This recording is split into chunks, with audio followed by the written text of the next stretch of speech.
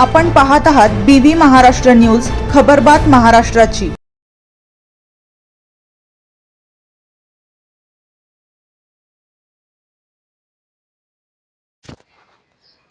कादंबरीकार विश्वास पाटील यांची सोमेश्वर नगरी सदिच्छा भेट। घाटनांदूर येथे 99व्या साहित्य संमेलनाचे अध्यक्ष तथा दिग्गज कादंबरीकार विश्वास पाटील यांनी घाटनांदूर नगरीत सदिच्छा भेट दिली असता त्यांचा यथोचित सत्कार करण्यात आला।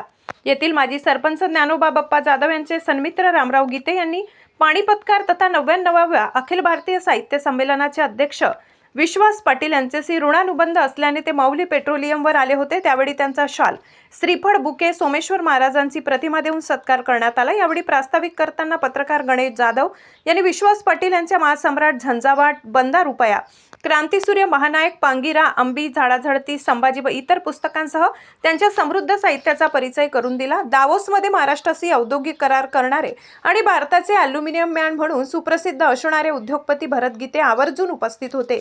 ही बाब विशेष ठरली।